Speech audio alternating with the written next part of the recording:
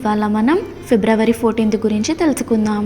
ఫిబ్రవరి 14 అంటే చాలామందికి Valentine's day గుర్తుకు వస్తుంది.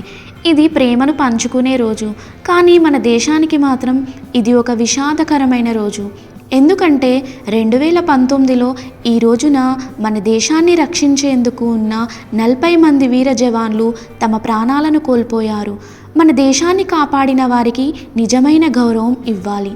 2019 ఫిబ్రవరి 14న జమ్మూ కాశ్మీర్లోని పుల్వామా ప్రాంతంలో దేశాన్ని షాక్కి గురి చేసిన ఉగ్రదాడి జరిగింది.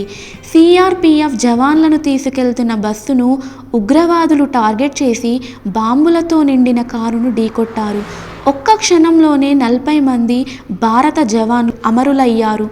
ఇది ఒక దుర్మార్గమైన చర్య మాత్రమే కాదు, దేశాన్ని కన్నీరు పెట్టించిన ఘటన.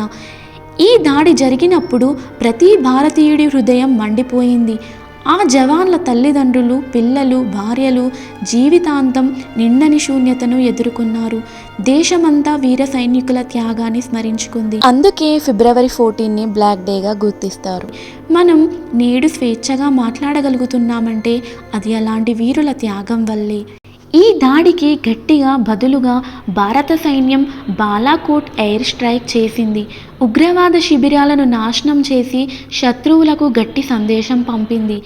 ఈరోజు ప్రేమను మాత్రమే కాదు, మన దేశాన్ని కాపాడిన సైనికుల త్యాగాన్ని కూడా గుర్తు చేసుకోవాలి. వారి సేవ వల్లనే మనం నేడు స్వేచ్ఛగా చదువుకోవడం, పనిచేయడం, సంతోషంగా జీవించడం సాధ్యమైంది. అందుకే ప్రతి భారతీయుడిగా మన దేశాన్ని గౌరవించాలి, సైనికులకు కృతజ్ఞతలు తెలియజేయాలి. ఈరోజు మనం ఒక్క నిమిషం మౌనం పాటించి మన దేశ రక్షణ కోసం అమరులైన వీరులకు నివాళి అర్పిద్దాం. మన జాతీయ జెండాను గౌరవిద్దాం. దేశ భద్రత కోసం పనిచేసే వారిని సన్మానిద్దాం. మనం ఈ దేశ పౌరులమనే గర్వాన్ని కలిగి దేశభక్తితో జీవించాలి. అదే వీరులకు నిజమైన గౌరవం. జై హింద్.